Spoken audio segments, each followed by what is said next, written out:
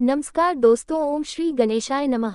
श्री हरि राधे राधे, हरे कृष्णा। आप सभी का दिन शुभ हो। आइए आज पहले सुनते हैं सीता नित्यनेम की कथा, फिर आप सुनेंगे कार्तिक मास महात्म का 17वां अध्याय। इस कहानी को सीता माता कहती थी और प्रभु श्री राम सुना करते थे। एक दिन श्री राम भगवान को किसी काम के लिए बाहर जाना पड़ा तो सीता माता कहने लगी कि भगवान, मेरा तो 12 वर्ष का नित्यनेम है, अब आप बाहर जाएंगे तो मैं अपनी कहानी किसे सुनाऊंगी। तब श्री राम ने कहा कि सीते, आप कुएं की पाल पर जाकर बैठ जाना और वहां पर जो भी औरतें पानी भरने आएंगी उन्हें अपनी कहानी सुना दिया करना। सीता माता कुएं की पाल पर जाकर बैठ गई। तभी एक स्त्री आई, उसने रेशम की जरी की साड़ी पहन रखी थी और सोने का घड़ा ले रखा था। सीता माता उसे देखकर कहने लगी, बहन मेरा 12 वर्ष का नित्यनेम सुन लो। पर वह स्त्री बोली कि मैं तुम्हारा नित्यनेम सुनूंगी तो मुझे तो घर जाने में देर हो जाएगी और मेरी सास मुझसे झगड़ा करेगी, इसलिए उसने कहानी नहीं सुनी और अपने घर चली गई। लेकिन उसके घर जाते ही उसकी रेशम चेरी की साड़ी फट गई, सोने का घड़ा मिट्टी के घड़े में बदल गया। सासू ने देखा तो पूछा, अरे बहू, ये किसका दोष अपने सिर लेकर आ गई है। बहू बोली, माँ जी, कुएं पर एक औरत बैठी थी, उसने अपनी कहानी सुनने के लिए कहा लेकिन मैंने नहीं सुनी, शायद उसी का ये फल मुझे मिला है। बहू की बात सुनकर अगले दिन वही साड़ी और वही घड़ा लेकर सास कुएं की पाल पर गई। सास को वहीं पर सीता माता बैठी मिली तो माता सीता ने कहा, बहन मेरी कहानी सुन लीजिए। सासू बोली, एक बार छोड़, मैं तो 4 बार कहानी सुन लूंगी। तब सीता माता बोली, राम आए, लक्ष्मण आए, देश के पुजारी आए, नित्यनेम का नेम लाए, आओ राम बैठो, राम तपी रसोई जिमो, राम माखन मिश्री खाओ, राम दूध पताशा पियो, राम सूत के पलका मोठो, राम शाल दुशाला पोठो, राम शाल दुशाला ओढ़ो, राम जब बोलो राम ही राम, राम सवारे सबके काम, खाली घर भंडार भरेंगे, सबका बीड़ा पार करेंगे, श्री राम जय राम जय जय राम। सासू बोली, बहन कहानी तो बहुत अच्छी लगी। फिर कहानी सुनकर सासू घर चली गई और उसकी साड़ी फिर से रेशम जरी की बन गई, मिट्टी का घड़ा भी फिर वापस से सोने के घड़े में बदल गया। बहू ने देखा तो कहने लगी, सासू माँ, आपने ये सब कैसे किया। सासू बोली, बहू तू दोष लगाकर आई थी और मैं अब दोष उतार कर आ रही हूँ। बहू ने पूछा कि माँ जी, वह कुएं वाली स्त्री कौन है। सासू ने बताया कि वह तो सीता माता थी, वह पुराने से नया कर देती है, खाली घर में भंडार भर देती है, वह लक्ष्मी जी का वास घर में कर देती है और मनुष्य की जो भी इच्छा हो उसे पूर्ण कर देती है। बहू बोली, माँ जी, फिर तो ऐसी कहानी मुझे भी सुना दो। सास बोली कि ठीक है, तुम भी सुनो। फिर सास ने कहानी शुरू की, राम आए, लक्ष्मण आए, देश के पुजारी आए, नित्यनेम का नेम लाया, आओ राम बैठो, राम तपी रसोई जिमो, राम माखन मिश्री खाओ, राम दूध बताशा पियो, राम सूत के पलका मोठो, राम शाल दुशाला पोठो, राम शाल दुशाला ओढ़ो, राम जब बोलो राम ही राम, राम सवारे सबके काम, खाली घर भंडार भरेंगे, सबका बेड़ा पार करेंगे, बोलो श्री राम जय जय राम। कहानी सुनकर बहू बोली, माँ जी, कहानी तो बहुत अच्छी है। सासू ने कहा, ठीक है, अब से हम इस कहानी को रोज किया करेंगे। अब सास बहू रोज सवेरे उठती, नहाती धोती और पूजा करने के बाद नित्यनेम की सीता माता की कहानी कहती थी। एक दिन की बात है, उनके यहाँ पड़ोस की एक औरत आए और बोली कि बहन जरा सी आंच तो देना। तो बहू बोली कि आंच तो अभी हमने जलाई ही नहीं। पड़ोसन बोली, तो फिर तुम सुबह 4 बजे से उठकर क्या कर रही हो। तो उन्होंने कहा कि हम तो सुबह सुबह उठकर पूजा करते हैं, फिर सीता माता की नित्यनेम की कहानी कहते हैं। पड़ोसन ने उनकी बात सुनकर फिर कहा कि सीता माता की कहानी कहने से तुम्हें क्या मिला। तब वे दोनों बोली कि सीता माता की कहानी कहने से घर में भंडार भर जाते हैं, सारे काम पूर्ण हो जाते हैं, मन की इच्छा भी पूरी होती है। पड़ोसन ने कहा, बहन अगर ऐसा है तब तो फिर मुझे भी कहानी सुना दो। तब बहू बोली कि ठीक है, तुम भी यह कहानी सुन लो। राम आए, लक्ष्मण आए, देश के पुजारी आए, नित्यनेम का नेम लाया, आओ राम बैठो, राम तपी रसोई जिमो, राम माखन मिश्री खाओ, राम दूध बताशा पियो, राम सूत के पलका मोठो, राम शाल दुशाला पोठो, राम शाल दुशाला ओढ़ो, राम जब बोलो राम ही राम, राम सवारे सबके काम, खाली घर भंडार भरेंगे, सबका बेड़ा पार करेंगे, श्री राम जय जय राम। पड़ोसन ने इस कहानी को सुना तो कहने लगी, बहन कहानी तो बहुत अच्छी लगी। अब वह पड़ोसन भी नित्यनेम सीता माता की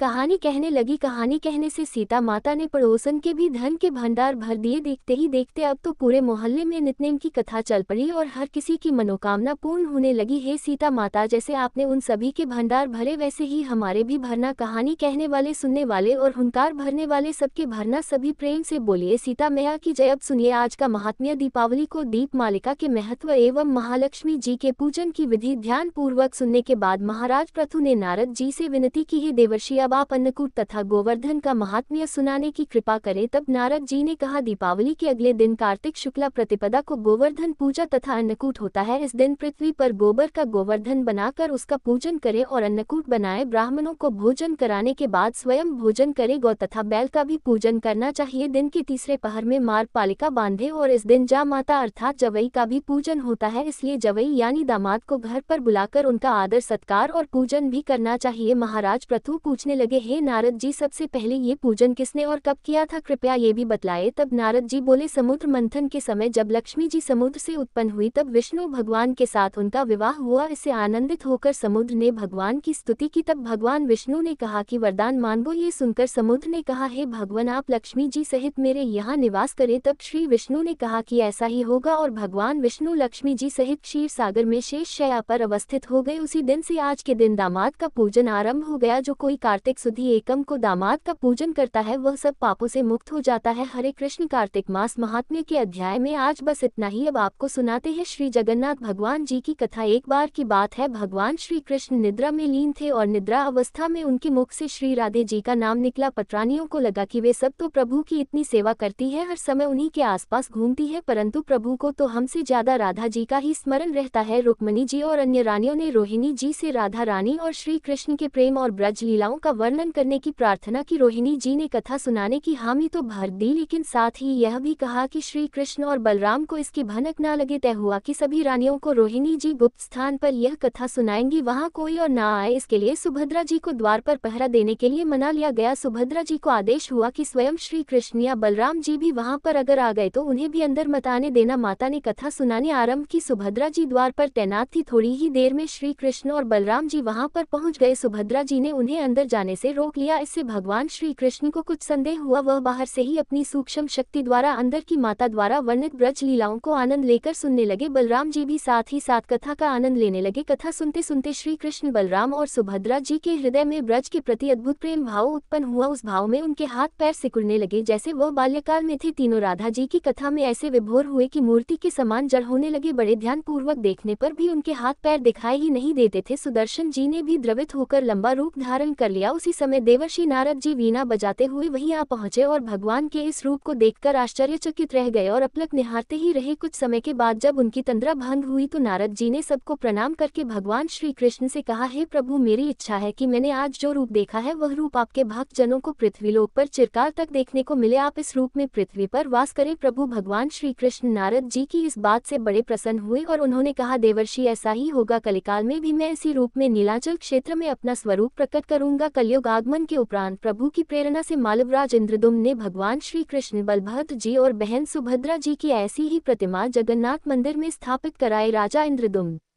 श्रेष्ठ प्रजापालक राजा थे। प्रजा उन्हें बहुत प्रेम किया करती थी। उनकी प्रजा उनके राज्य में पूरी तरह सुखी और संतुष्ट थी। राजा के मन में इच्छा थी कि वह कुछ ऐसा करे जिससे सभी उन्हें याद रखें। दैव योग से राजा इंद्रदुम्न के मन में एक अज्ञात कामना प्रकट हुई कि वह एक ऐसे मंदिर का निर्माण कराएं जो दुनिया में कहीं देखा ही ना हो। अगर मंदिर बन गया तो फिर उस मंदिर में किस देवता की मूर्ति स्थापित करे। राजा इंद्रदुम्न के मन में अब यही विचार चितने लगे। एक रात इसी पर गंभीर चिंता करते करते राजा सो गए। नींद में राजा को एक स्वप्न आया। स्वप्न में उन्होंने एक देववाणी सुनी। इंद्रदुम्न ने सुना कि राजा, तुम पहले नए मंदिर का निर्माण आरंभ करो, मूर्ति विग्रह की चिंता छोड़ दो, उचित समय आने पर तुम्हें स्वयं वह राह दिखाई पड़ेगी। राजा नींद से जाग उठे। सुबह होते ही उन्होंने अपने मंत्रियों को अपने सपने की बात बताई। राजपुरोहित के सुझाव पर शुभ मुहूर्त में पूर्वी समुद्री तट पर एक विशाल मंदिर के निर्माण का निश्चय किया। वैदिक मंत्रों के साथ शुभ मुहूर्त में मंदिर निर्माण का श्री गणेश भी हो गया। राजा इंद्रदुम्न के मंदिर बनवाने की सूचना शिल्पियों और कारीगरों को हुई। अब तो सभी इस शुभ कार्य में, इस अलौकिक कार्य में अपना अपना योगदान देने के लिए पहुंच गए। दिन रात मंदिर के निर्माण में जुट गए। कुछ ही वर्षों में अद्भुत मंदिर बनकर तैयार हो गया। सागर तट पर एक विशाल मंदिर का निर्माण तो हो गया, परंतु इस विशाल मंदिर के अंदर किस भगवान की मूर्ति स्थापित की जाए, ये समस्या तो जस की तस थी। अब राजा फिर से चिंतित होने लगे। एक दिन मंदिर के गर्भगृह में बैठकर इसी चिंता में राजा की आंखों से आंसू बह गए। राजा ने भगवान से विनती की कि प्रभु, आपके किस स्वरूप को मैं इस मंदिर में स्थापित करूं, मैं इसी चिंता में व्याकुल हूं, मार्ग दिखाए। प्रभु, आपने स्वप्न में जो संकेत दिया था उसे पूरा होने का समय कब आएगा। देव विग्रह विहीन मंदिर देखकर सब मुझ पर हंसेंगे। राजा की आंखों से आंसू झरझर बह रहे थे और वह मन ही मन सच्चे मन से प्रभु से प्रार्थना करते जा रहे थे कि प्रभु, आपके आशीर्वाद से मेरा बड़ा सम्मान है। प्रजा समझेगी कि मैंने झूठ मूठ में स्वप्न में आपके आदेश की बात कहकर इतना बड़ा श्रम कराया है। प्रभु, मुझे कुछ नहीं सूझ रहा, बस आप ही मार्ग दिखाए। राजा बड़े ही दुखी मन से अपने महल में चले गए। उसी रात को राजा ने फिर से एक सपना देखा। सपने में उन्हें दिव्य वाणी सुनाई दी कि राजन, यहाँ निकट में ही भगवान श्री कृष्ण कृष्ण का विग्रह रूप है, तुम उसे खोजने का प्रयास करो, तुम्हें दर्शन मिलेंगे। इंद्रदुम्न ने स्वप्न की बात फिर से राजपुरोहित और मंत्रियों को बताई। सभी इस निष्कर्ष पर पहुंचे कि प्रभु की कृपा सहज प्राप्त नहीं होगी, उसके लिए हमें शुद्ध और निर्मल मन से परिश्रम आरंभ करना होगा। भगवान के विग्रह का पता लगाने की जिम्मेदारी राजा इंद्रदुम्न ने 4 पंडित विद्वानों को सौंप दी। प्रभु इच्छा से प्रेरित होकर अब वे चारों विद्वान चारों दिशाओं में चले गए। उन चारों में एक विद्वान थे विद्यापति, वह चारों में सबसे कम उम्र के थे। प्रभु के विग्रह की खोज के समय उनके साथ बहुत सारी अलौकिक घटनाएं घटित हुई। पंडित विद्यापूर्ति पूर्व दिशा की ओर चल पड़े। कुछ आगे चलने के बाद विद्यापति उत्तर की ओर मुड़े तो उन्हें जंगल दिखाई दिया। वो जंगल अत्यंत भयावह था। विद्यापति भगवान श्री कृष्ण के उपासक थे। उन्होंने सच्चे मन से भगवान श्री कृष्ण का स्मरण किया और प्रभु से राह दिखाने की प्रार्थना की। भगवान श्री कृष्ण की प्रेरणा से अब उन्हें राह दिखने लगी। भगवान का मन में नाम लेते लेते और मन में हरे कृष्णा जपते हुए वो उस भयानक वन में चले जा रहे थे। जंगल के बीचों बीच उन्हें पर्वत दिखाई दिया। पर्वत के वृक्षों से संगीत की ध्वनि सा सुरम्य गीत सुनाई पड़ रहा था। विद्यापति संगीत के भी जानकार थे, उन्हें वहां मृदंग, बंसी और करताल की मिलीजुली ध्वनि सुनाई देने लगी। यह संगीत उन्हें बड़ा अद्भुत, बड़ा दिव्य लगा। संगीत की उन्हीं दिव्य लहरियों को खोजते खोजते विद्यापति आगे बढ़ चले। चलते ही वे एक पहाड़ की चोटी पर पहुंच गए। पहाड़ की दूसरी ओर उन्हें एक सुंदर घाटी दिखाई दी जहां कुछ भील नृत्य कर रहे थे। विद्यापति उस दृश्य को देखकर मंत्रमुग्ध थे। सफर के कारण थके थे, किंतु संगीत से उनकी यह सारी थकान पल भर में ही मिट गई और अब उन्हें नींद आने लगी। अचानक एक बाघ की गर्जना सुनकर विद्यापति घबरा उठे। बाघ उनकी ओर ही दौड़ता रहा था। बाघ को देखकर विद्यापति घबरा गए और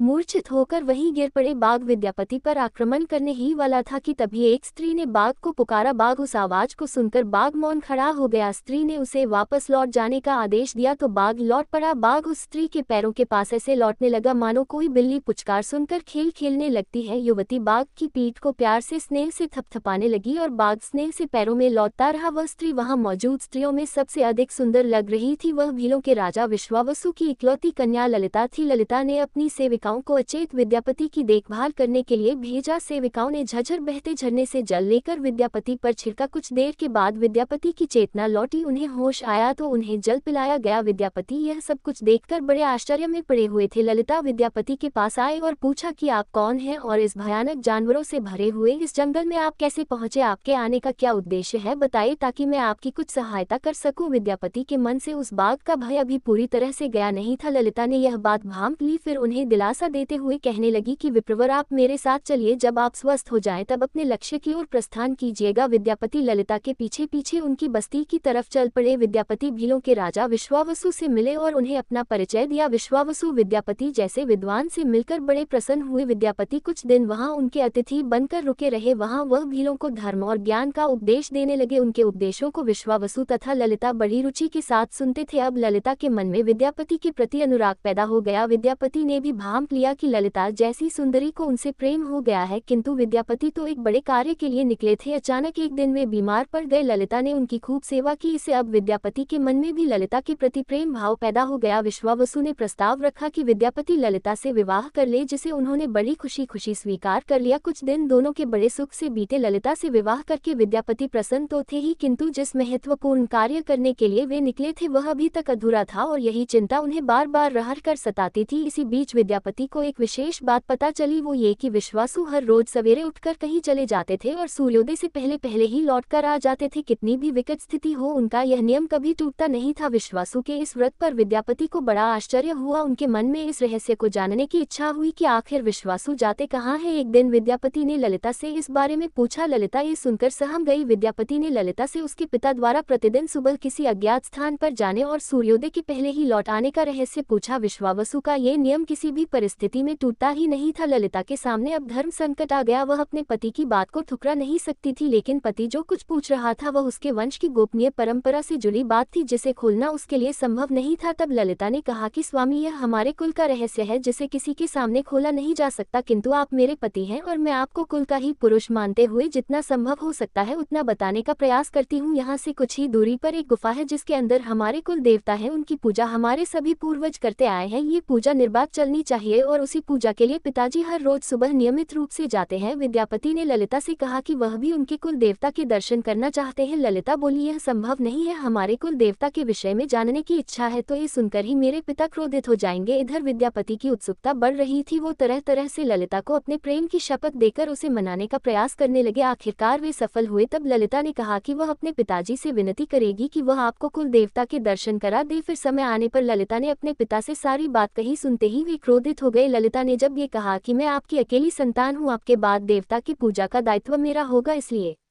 मेरे पति का यह अधिकार बनता है क्योंकि आगे उसे ही पूजना होगा। विश्वावसु अपनी पुत्री के तर्क के आगे झुक गए और बोले, गुफा के दर्शन किसी को तभी कराए जा सकते हैं जब वह भगवान की पूजा का दायित्व अपने हाथ में ले ले। विद्यापति ने ये दायित्व स्वीकार कर लिया। तब विश्वावसु कुल देवता के दर्शन कराने को तैयार हो गए। दूसरे दिन सूर्योदय से पहले विद्यापति की आंखों पर पट्टी बांधकर विश्वावसु उनका दाहिना हाथ पकड़कर गुफा की तरफ निकले। विद्यापति ने मुट्ठी में सरसों रख ली थी जिसे रास्ते में छोड़ते हुए वे गए। गुफा के पास पहुंचकर विश्वावसु रुके और गुफा के पास पहुंच गए। विश्वावसु ने विद्यापति की आंखों की काली पट्टी खोल दी। उस गुफा में नीले रंग का प्रकाश चमक उठा। हाथों में मुरली लिए भगवान श्री कृष्ण का रूप विद्यापति को दिखाई दिया। देखते ही विद्यापति आनंद मुग्ध रह गए। उन्होंने भगवान के दर्शन किए। दर्शन के बाद तो जैसे विद्यापति वापस लौटना ही नहीं चाहते थे, किंतु विश्वावसु ने उन्हें लौटने का आदेश दिया। फिर उनकी आंखों पर पट्टी बांधी और दोनों चल पड़े। वापस लौटने पर ललिता ने विद्यापति से पूछा, विद्यापति ने गुफा में दिखाई दिए अलौकिक दृश्य के विषय में अपनी पत्नी को बताना भी उचित नहीं समझा। वो टाल गई। ये तो जानकारी हो चुकी थी कि विश्वासु श्री कृष्ण की मूर्ति की पूजा किया करते हैं। अब विद्यापति को आभास हो गया कि महाराज ने स्वप्न में जिस प्रभु विग्रह के बारे में देववाणी सुनी थी वह इसी मूर्ति के विषय में थी। विद्यापति विचार करने लगे कि वो किसी भी तरह इस मूर्ति को लेकर राजधानी में पहुंचाएंगे। वो एक तरफ तो गुफा से मूर्ति को लेकर जाने की बात सोच रहे थे, दूसरी तरफ भी राज और पत्नी के साथ विश्वासघात करने के विचार से ही उनका मन बड़ा बेचैन हो रहा था। विद्यापति धर्म अधर्म के बारे में सोचते रहे। फिर विचार आया कि अगर विश्वावसु ने सचमुच उस पर विश्वास किया होता तो आंखों पर पट्टी बांधकर गुफा तक नहीं ले जाते, इसलिए उसके साथ विश्वासघात करने का तो प्रश्न ही नहीं उठता। उन्होंने गुफा से उस मूर्ति को ही चुराने का मन बना लिया। विद्यापति ने ललिता से कहा कि वह अपने माता पिता के दर्शन करने के लिए जाना चाहता है, वह उसे लेकर परेशान होंगे। ललिता भी साथ चलने को तैयार हुई तो विद्यापति ने ये कहकर समझा लिया कि वह जल्दी ही वापस लौटकर आ जाएगा तो उसे भी लेकर जाएगा। ललिता मान गई। विश्वावसु ने उसके लिए घोड़े का प्रबंध कराया। अब तक सरसों के दाने से पौधे निकल आए थे। उन्हें देखते देखते विद्यापति गुफा तक पहुंच गए। उन्होंने भगवान की स्तुति की और क्षमा प्रार्थना के बाद उनकी मूर्ति उठाकर झोले में रख ली। शाम तक वह राजधानी में पहुंच गए और सीधा राजा के पास चले गए। उन्होंने दिव्य प्रतिमा राजा को सौंप दी और पूरी कहानी सुनाई। राजा ने बताया कि उन्होंने कल एक सपना देखा था कि सुबह सागर में कुंदा बहकर आएगा, उस कुंदे की नक्काशी करवाकर तराश कर भगवान की मूर्ति बनवा लेना। जिसका अंश तुम्हें प्राप्त होने वाला है वह भगवान श्री विष्णु का स्वरूप होगा। तुम जिस मूर्ति को लेकर आए हो वह भी भगवान विष्णु का ही अंश है। दोनों आश्वस्त थे कि उनकी तलाश पूरी हो गई है। राजा ने कहा कि जब भगवान द्वारा भेजी गई लकड़ी से हम इस प्रतिमा का बड़ा स्वरूप बनवा लेंगे तब तुम अपने ससुर से मिलकर उन्हें मूर्ति वापस कर देना। उनके कुल देवता का इतना बड़ा विग्रह एक भव्य मंदिर में स्थापित देखकर उन्हें बड़ी प्रसन्नता होगी। दूसरे दिन सूर्योदय से पहले राजा विद्यापति तथा मंत्रियों को लेकर सागर तट पर पहुंचे। स्वप्न के अनुसार एक बड़ा कुंदा पानी में बहकर आ रहा था। सभी ने देखा तो बड़े प्रसन्न हुए। 10 नावों पर बैठकर राजा के सेवक उस भारी कुंदे को खींचने लगे। मोटी मोटी रस्सियों से कुंदे को बांधकर खींचा जाने लगा, लेकिन कुंदा टस से मस नहीं हुआ और लोग भेजे गए, लेकिन सैकड़ों लोग भी मिलकर और नावों का प्रयोग करके भी कुंदे को हिला तक नहीं सके। फिर सेनापति ने एक लंबी सेना कुंदे को खींचने के लिए भेज दी। सारे सागर में सैनिक ही सैनिक नजर आने लगे, लेकिन सभी मिलकर कुंदे को अपने स्थान से हिला तक नहीं सके। कुंदे को खींचने के प्रयास में सुबह से रात हो गई। अचानक राजा ने काम रोकने का आदेश दिया। उन्होंने विद्यापति को अकेले में ले जाकर कहा कि वह समस्या का कारण जान गए हैं। राजा के चेहरे पर संतोष के भाव थे। राजा ने विद्यापति को गोपनीय रूप से कहीं चलने की बात कही। राजा इंद्रदुम्न ने कहा कि अब भगवान का विग्रह बन जाएगा, बस एक काम करना होगा। भगवान श्री कृष्ण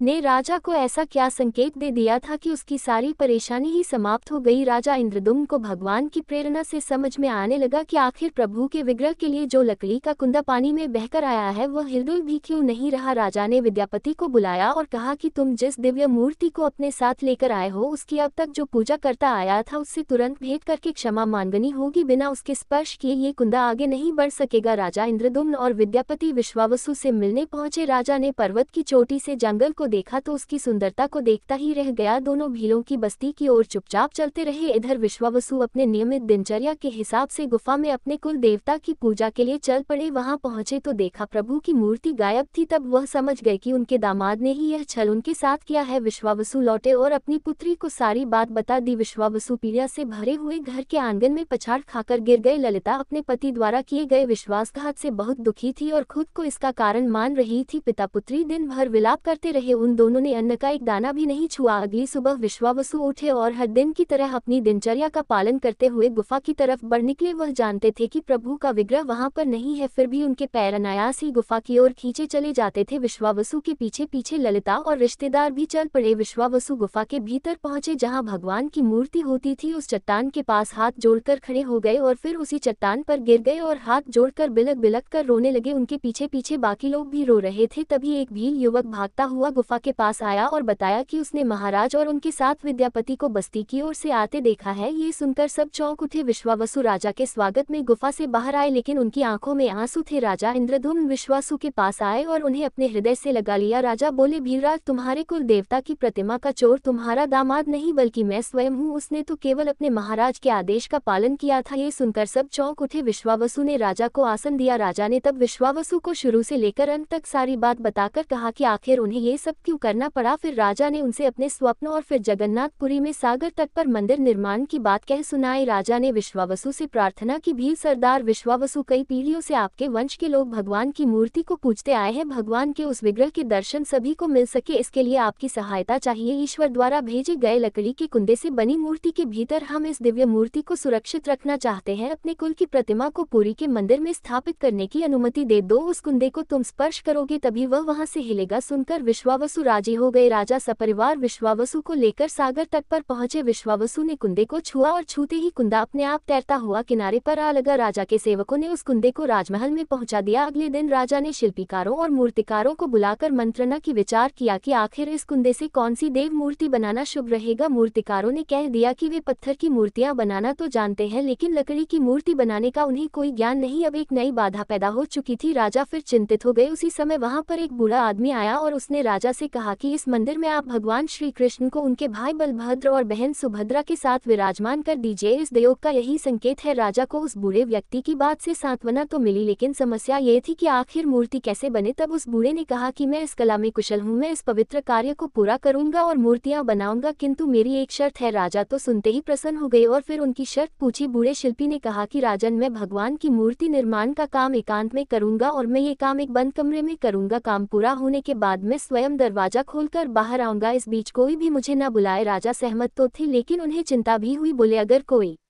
आपके पास नहीं आएगा तो ऐसी हालत में आपके खाने पीने की व्यवस्था कैसे होगी। शिल्पी ने कहा कि जब तक मेरा काम पूरा नहीं होता मैं कुछ भी खाता पीता नहीं हूँ। राज मंदिर के एक विशाल कक्ष में उस बूढ़े शिल्पी ने स्वयं को 21 दिनों के लिए बंद कर लिया और काम शुरू कर दिया। दरवाजे के भीतर से आवाजें आती थी। महारानी गुंडीचा देवी दरवाजे से कान लगाकर अक्सर छेनी हथौड़े के चलने की आवाजें सुना करती। एक दिन महारानी रोज की तरह कमरे के दरवाजे से कान लगाए खड़ी थी। इस काम को शुरू हुए 15 दिन बीत गए थे कि उन्हें उस कमरे से आवाज सुनाई पड़नी बंद हो गई। जब मूर्तिकार के काम करने की कोई आवाज नहीं आई तो रानी चिंतित हो गई। उन्हें लगा कि अंदर तो बहुत ही वृद्ध आदमी है, कुछ खाता पीता भी नहीं, कहीं उसके साथ कुछ अनहोनी ना हो गई हो। व्याकुल होकर रानी ने दरवाजे को धक्का देकर खोला और भीतर झांक कर देखा। महारानी गुंडीचा देवी ने उस वृद्ध शिल्पकार को दिए गए वचन को तोड़ दिया था, भंग कर दिया था। मूर्तिकार अभी भी मूर्तियां बना रहा था, किंतु रानी को देखते ही वह दृश्य हो गई। मूर्ति निर्माण का काम अभी तक पूरा नहीं हुआ था, हाथ पैर का निर्माण पूरा नहीं हुआ था। वृद्ध शिल्पीकार के रूप में वहां स्वयं देवताओं के शिल्पी भगवान विश्वकर्मा जी पधारे थे और उनके अदृश्य होते ही वो सब मूर्तियां अधूरी की अधूरी रह गई। इसी कारण आज भी यह मूर्तियां वैसी ही है। उन प्रतिमाओं को ही मंदिर में स्थापित कराया गया। कहते हैं विश्वावसु संभवतः उस सरा बहेलिय का वंशज था जिसने अनजाने में भगवान श्री कृष्ण की हत्या कर दी थी। विश्वावसु शत श्री कृष्ण के पवित्र अवशेषों की पूजा किया करते थे। यह अवशेष मूर्तियों में छिपा कर रखे गए थे। विद्यापति और ललिता के वंशज जिन्हें दैत्यपति कहते हैं, उनका परिवार ही यहाँ अब तक पूजा करता रहा रहा है। ये थी भगवान श्री जगन्नाथ जी की कथा। प्रेम से बोलिए श्री जगन्नाथ भगवान की जय। कार्तिक मास में सुनी जाने वाली लपसी और तपसी की कहानी। एक बार की बात है, एक लपसी था और एक तपसी था। तपसी तो भगवान की तपस्या करता था और लपसी सवा शेर की लापसी बनाकर उसका भोग लगाकर जीव लेता था। एक दिन वे दोनों आपस में झगड़ा करने लगे। लपसी बोला मैं बड़ा हूँ, तप्स बोला मैं बड़ा हूँ। इतने में ही देवर्षि नारद वहां आए और बोले तुम दोनों क्यों झगड़ा कर रहे हो। लपसा ने बताया कि देवर्षि मैं बड़ा हूँ, और तप्स ने कहा मैं बड़ा हूँ। तप्स बोला मैं सारा दिन भगवान की पूजा करता हूँ इसलिए मैं बड़ा हुआ। ये सुनकर नारद जी ने कहा कि मैं तुम्हारा फैसला कल कर दूंगा। कार्तिक मास चल रहा था। दूसरे दिन लपसा और तपसी नहाकर आए तो नारद जी ने 1.25 करोड़ की अंगूठी उनके आगे फेंक दी। लपसा का ध्यान उस अंगूठी पर नहीं गया। तपसी तपस्या करने बैठा तो उसे जमीन पर पड़ी हुई अंगूठी दिखाई पड़ी और उसने अपने घुटने के नीचे छुपा लिया और तपस्या करने लगा। उधर लपसी लापसी बनाकर उसका भोग भगवान को लगाकर जीवने बैठ गया। इतने में ही देवर्षि नारद वहां प्रकट हुए। उन्हें देखकर दोनों ने उन्हें प्रणाम किया और फिर दोनों ने एक साथ पूछा बताए देवर्षि हम दोनों में से कौन बड़ा है। फिर तप्स ने एक बार फिर कहा कि मैं बड़ा हूँ। लपसा हाथ जोड़कर खड़ा रहा। तब देवर्षि ने कहा कि मैं अभी इस बात का निर्णय किए देता हूँ। फिर देवर्षि ने तप्स को इशारा किया और कहा कि तुम जरा अपना घुटना तो उठाओ। तब तपसी के एक घुटने के नीचे 1.25 करोड़ की अंगूठी निकली, जिसे देखकर नारद जी बोले यह अंगूठी तूने चुराई है, तुझे तेरी तपस्या का फल नहीं मिलेगा। तब तप्स बोला हे नारद जी मेरी तपस्या का दोष कैसे दूर होगा। नारद जी ने कहा रोटी बनाकर बाटियां नहीं बनाया तो फल तुझे मिलेगा, ब्राह्मण जमाकर दक्षिणा नहीं दी तो फल तुझे मिलेगा, साड़ी देकर ब्लाउज नहीं दिया तो फल तुझे मिलेगा, और जो दिए से दिया जलाए उसका फल तुझे मिलेगा। सब व्रत त्योहारों की कहानी सुनने के बाद जो तेरी कहानी ना सुने उसका फल तुझे मिलेगा। तब से लपसा तपसी की कहानी सुनी और सुनाई जाती है। कहानी सुनने के बाद कहा जाता है लपसी को फल लपसा ना हो, तपसी को फल तपसी ना हो। महा की कहानी कथा को फल महाने हो। ये थी लपसी और तपसी की कहानी। सभी प्रेम से बोलिए कार्तिक के ठाकुर राय दामोदर जी की जय। अब सुनिए तुलसी स्तोत्र पाठ, चालीसा और आरती। सनातन धर्म में तुलसी को अत्यंत पूजनीय माना जाता है। जिस घर के आंगन में तुलसी होती है वहां कभी कोई कष्ट नहीं आता और मां तुलसी के नाम के उच्चारण मात्र से ही भगवान विष्णु प्रसन्न हो जाते हैं। तुलसी जी में जल चढ़ाने से घर में सुख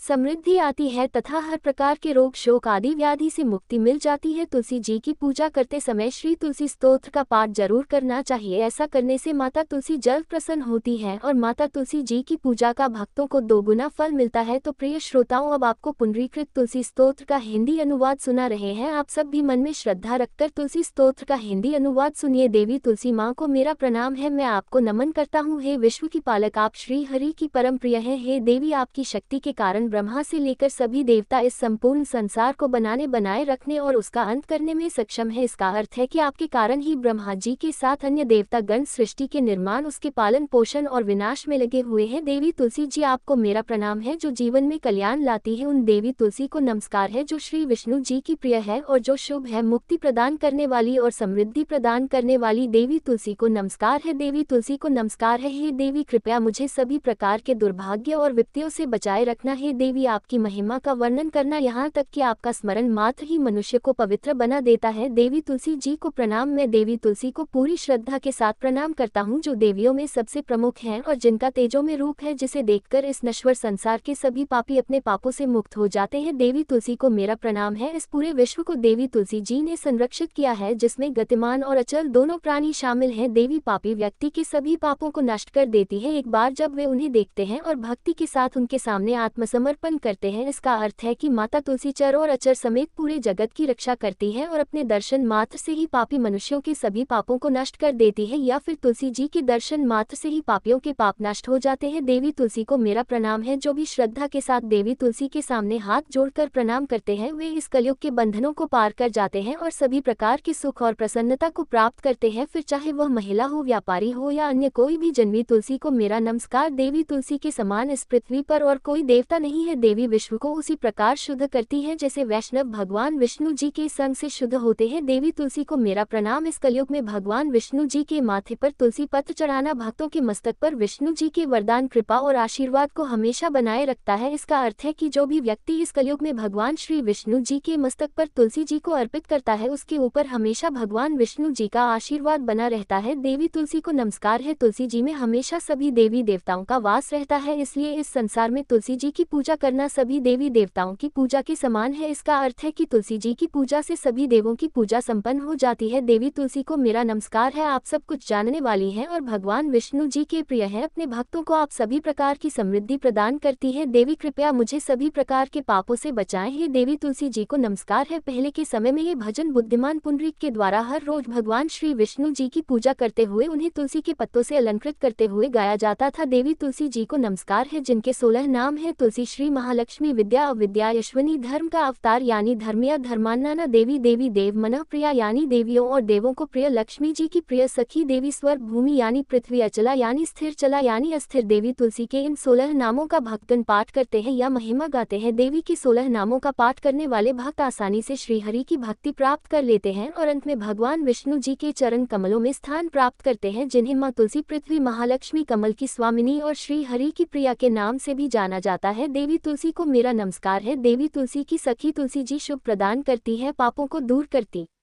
है और सभी को पवित्र बनाती है, पुण्य प्रदान करती है। आपको प्रणाम है। देवी तुलसी जिनकी प्रशंसा देवर्षि नारद द्वारा की जाती है और श्री नारायण के प्रिय है, उन देवी तुलसी को हम सबका बारंबार प्रणाम है। जय जय तुलसी भगवती सत्यवती सुखदानी, नमो नमो हरि प्रेसी, श्री वृंदावन खानी, श्री हरि शीश विरजनी, देहु अम्ब जनहित, हे वृंदावनी अब न करहु विलम्ब। धन्य धन्य श्री तुलसी माता, महिमा अगम सदा श्रुति गाता, हरि के प्राणहु से तुम प्यारी, हर हेतु कीन हो तब तब भारी, जब प्रसन्न है दर्शन दीन हो तब कर जोर विनय उसकीन हो। हे भगवंत कंत मम होहु दीन जानी, जान छाड़हु छोहु सुनी, लक्ष्मी तुलसी की वाणी, दीन हो श्राप कद पर आनी, उसे योग्य वर मानगनहारी हो बिटप तुम जड़ तनु धारी। सुन तुलसी ही शक्ते थामा, करहु वास्तहु नीचन धामा, दियो वचन हरि तब तत्काला सुनहु सुमुख जान, होहु बिहाला समय पायहु रोपा तोरा, पूजा आस वचन सत मोरा, तब गोकुल मह गोप सुदामा, तास भई तुलसी तू बामा, कृष्ण रास लीला के मही, राधे शक्य प्रेम लख नहीं, दियो श्राप तुलसी तत्काला, नर लोक ही तुम जन्महु बाला, यो गोप वह दानव राजा शंखचूर्ण नामक शिरताजा, तुलसी भतासु की नारी, परम सती गुण रूप गारी, असद्व कल्प बीती जब गयहु कल्प तृतीय जन्म, तब भयु वृंदा नाम भयो, तुलसी को असुर जलंधर नाम, पति को करति द्वंद अतुल बलधामा, कीन्हा शंकर से संग्रामा, जब निज सैन्य सहित शिव शिवहारे मरना, तब हर हर ही पुकारे, पतिव्रता वृंदा नारी को न सके पति ही संगहारी, तब जलंधर ही भेष बनाए वृंदा, ढग हरि पहुँचो जाय शिव हित, लह कर कपट प्रसंगा कियो सितत्व धर्म, तो ही भंगा भयो जलंधर कर संगहार, सुनी और शोक उपारा तेह झड़ दियो कपट हरि तारी, लख वृंदा दुख गिरा उचारी, जलंधर जस हत्यो भीता, सोई रावण तसहर ही सीता, अस्प्रस्तर सम हृदय तुम्हारा, धर्म अखंडी मम पते संगहारा, यही कारण लह श्राप हमारा होवे तनुपाशन तुम्हारा, सुनी हरि तुरत ही वचन उचारे, दियो श्राप बिनाचारे, लिख्यो ना निज करत दूत, पति को छलन चाहियो जब पार्वती को जड़ मति, तू असहो जड़ रूपा, जग में तुलसी बिटप अनुपा, धगव रूप हमशाली ग्रामा, नदी गण की बीच ललामा, जो तुलसी दल हम चद है, सब सुख भोग परम पद पेई है, बिनु तुलसी हरि जलत शरीरा, अतिशय उठत शीश और पीरा, जो तुलसी दल हरि सिर धारत, सो सहस्त्र घट अमृत दारत, तुलसी हरि मन रंज निहार, रोग दोष दुख भंजन निहारी, प्रेम सहित हरि भजन निरंतर, तुलसी राधा में ना अंतर, व्यंजन हो 56 प्रकारा, बिन तुलसी दल न हर प्यारा, सकल तीरथ तुलसी तरु छाही, लहत मुक्ति जन संशय ना, कवि सुंदर एक हरि गुण गावत, तुलसी निकट सहस गुण पावत, बसत निकट दुर्वासा धामा, जो प्रयास ते पूर्व ललामा पाठ करल, जो नित नर नारी हो सुख भाह त्रिपुरारी, तुलसी चालीसा पर तुलसी तरु गृहधारी, दीप दान कर पुत्र फल पाओ, बंध नारी सकल दुख दरिद्र हरिहार, वह परम प्रसन्न आश धन जन लड़ा कर बसे, पूर्ण अत्र लाह अभिमत फल जगत महलाह, पूर्ण सब कामजे दल अर्पल, तुलसी त सहस बसे हरि राम, तुलसी महिमा नाम लख, तुलसी सूत सुख राम मानस 40 रचो जगमग, तुलसीदास प्रेम से बोलिए तुलसी महारानी की जय, तुलसी महारानी नमो नमो हरि की बटरानी, नमो नमो तुलसी महारानी, नमो नमो धन तुलसी पूर्ण तप कीनो, शालिग्राम बनी पटरानी, नमो नमो तुलसी महारानी, नमो नमो हर की पटरानी, नमो नमो जाके पत्र मंजरी कोमल, श्रीपति कमल चरण लपटानी, नमो नमो तुलसी महारानी, नमो नमो हरि की पटरानी, नमो नमो कौन महीने बोई रानी, तुलसी कौन महीने हुई हरियाली, नमो नमो तुलसी महारानी, नमो नमो हर की पटरानी, नमो नमो कौन कौन महीने हुई तेरी पूजा, कौन महीने हुई पटरानी, नमो नमो तुलसी महारानी, नमो नमो आषाढ़ मास में बोई रानी, तुलसी सावन महीने हुई हरियाली, नमो नमो तुलसी महारानी, नमो नमो हरि की पटरानी, नमो नमो कार्तिक मास में हुई तेरी पूजा, मंगसिर मास हुई पटरानी, नमो नमो तुलसी महारानी, नमो नमो हर की पटरानी, नमो नमो धूप दीप नैवेद्य आरती पुष्पन की वर्षा बरसानी, नमो नमो तुलसी महारानी, नमो नमो नमो हरि की पटरानी, नमो नमो 56 भोग 36 व्यंजन बिन तुलसी हरि एक न मानी, नमो नमो तुलसी महारानी। महारानी नमो नमो हरि की पटरानी नमो नमो जो तुलसी को सवेरे गाए श्री कृष्ण के दर्शन पाए नमो नमो तुलसी महारानी नमो नमो हर की पटरानी नमो नमो जो तुलसी को दोपहर गाए खीर खान का भोग लगाए नमो नमो तुलसी महारानी नमो नमो हरि की पटरानी नमो नमो जो तुलसी को साज को गाए श्री कृष्ण की आरती उतारे नमो नमो तुलसी महारानी नमो नमो हरि की पटरानी नमो नमो जो तुलसी को रात को गाए श्री कृष्ण के चरण दबाए नमो नमो तुलसी महारानी नमो नमो हरि की पटरानी नमो नमो सब सखी